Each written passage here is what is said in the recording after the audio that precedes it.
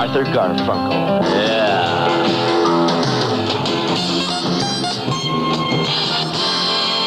.41 with Norm Davis playing the hit you want to hear from the hit line at 242 WOHO. Stony Ridge, Oak Harbor, Toledo, the Bells. Good morning, Lady Dawn. Lady night. I love you. It's 9:44 with Norm Davis on WOHO. Right on today. We must clear our warehouse, and prices have been slashed. WOHO weather. Forecast for Bowling Green, Fostoria, and Toledo. Today, showers, thunder showers. High for Mike Smith this afternoon, 80. Tonight, mild, low 65. Tomorrow, partly cloudy. Marine forecast today and tomorrow. Wind southwesterly at 10 to 15 knots today. Variable at 6 to 12 knots tonight. Now 67 degrees. WOHO. Good guys. At 9:46 with Norm Davis. Oh, watch out now. Hitbound, Isley Brothers. Love the one you're with, girl.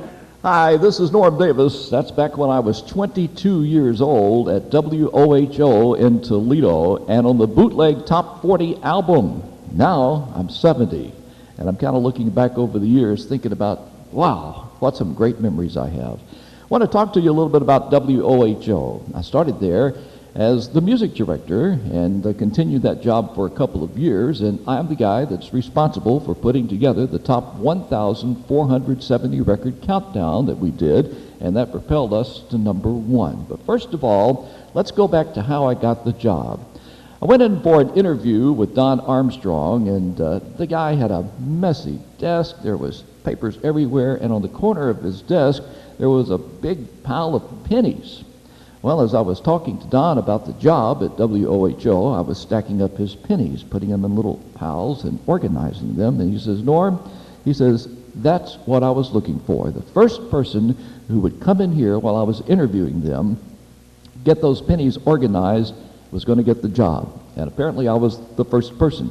What he was looking for was someone to come in and organize his music department, because he kind of had plans of what they were going to be doing down the road, and he wanted to be able to have all the records, all the tapes that we had on carts with the length, the name of the song, the introduction time, you know, just down to a science. And back in those days we used old darkroom timers, and everything was down to the second, and you would program it basically into the darkroom timer and then start it, and when you started it you would know when your song was going to get to the hit point, you would know when it was going to end, and then it would automatically go to the next segment and so on. So that's why it was very, very important. Also, as music director, I determined the playlist each week, and the way we did that was using the Billboard Hot 100, the easy listening charts, and even a few songs from the country charts, and we kind of did a blend of the different songs. But no matter what we did, we could not beat CKLW. They were the Big Eight. You know what I mean? They're out of Detroit. We were a 4-tower directional station, and that's another reason I got the job, because I had a first-class license, and you had to have a license in order to, take the meter readings for a directional station at that time. So anyway, CKLW was the powerhouse, and we were doing everything we could, but we just couldn't beat them because we just didn't have the coverage, and everything was against us in that way. WTTO was sitting across town. They had a 6-tower directional, and, we would beat them, but we just couldn't beat CKLW. The other big station in town was Speedy, WSPD. Of course, we had C-Wave. We had WTOD, which was a country station on the top end of the dial, and I can't think of the others, but there were several stations, including some FMs. Of course, FM was nothing at that point in time. Now, back to my story. Once I got the job, I started working on the top 1,470 records, and it took several months to get that together. One of the things we did to try to combat CKLW, we had our records a little faster than 45. We would play them on 47, maybe even 48. So when you listen to us, our station was always peppy, happy sounding. You punch over to CKLW, a lot of times we'd be playing the same songs, and their station was just like this. And of course, CKLW was so bassy sounding, boom, boom, boom, boom, and here we are, a bright, happy sounding station. Our engineer had that station sounding like an FM. It was incredible how great WOHO sounded. I almost said WOHO, but you know what? We couldn't say WOHO on the radio because we were WOHO 1470. And Don made sure we never said WOHO, at least he didn't want us to anyway. So, as we had the records, going a little faster, we tried that. We tried everything we could think of. But when we did the top 1,470 record countdown, that propelled us to the #1 spot on the radio dial in Toledo. We ran a big newspaper ad. We promoted it. It was over a holiday weekend. And, I mean, you could be driving down the road, pull up next to somebody on a 4-lane deal, and roll down your window. They were listening to WOHO and the Countdown. We played the top 1,470 records from 1955 up to 1970. I mean, you're talking about an impact. It was just incredible. Now, while I was working there, we played a song called Battle Hymn of Lieutenant Calley. It was a very controversial song talking about the Vietnam War, and this guy apparently did some things he wasn't supposed to do. But in the Midwest, very conservative area, it became a big song because we promoted it at WOHO along with some other stations. And as a result of that, Shelby Singleton really liked our radio station. And, you know, he would call me every now and then wanting me to do things. And so one day he called me, he says, Norm, he says, I need your help. I said, well, how can I help you? He says, well, he says, CKLW will not send me an air check. I said, well, what in the world do you want an air check of CKLW for, you know?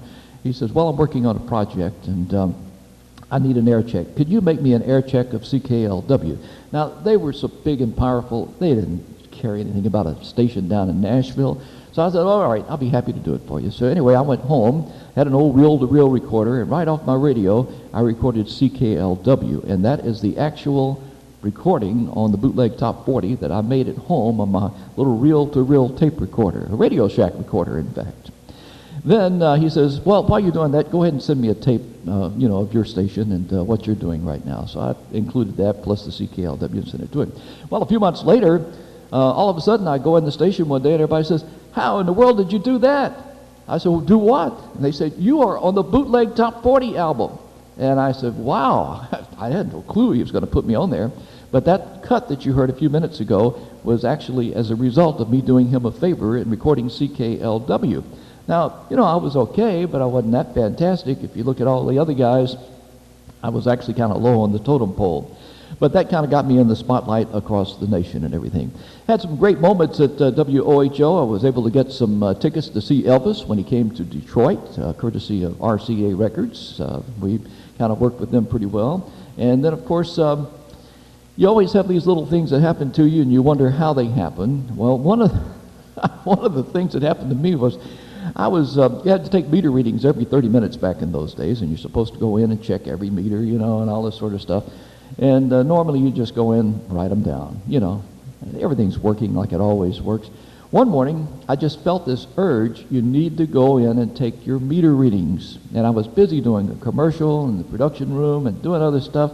And I said, oh, okay. And so I walked in, started writing down the first couple of readings there. And I said, you better reach up there and turn those knobs. And I reached up there and turned those knobs. And I don't know how this guy got in the building. It was 6:30 in the morning.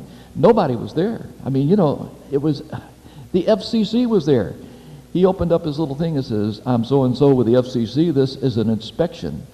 And if I had not taken those meter readings, the station would have got a big fine. I would have gotten in trouble and probably lost my job. But as a result of that, you know, everybody was incredibly happy because I was taking meter readings like I was supposed to. But anyway, that's just one little experience.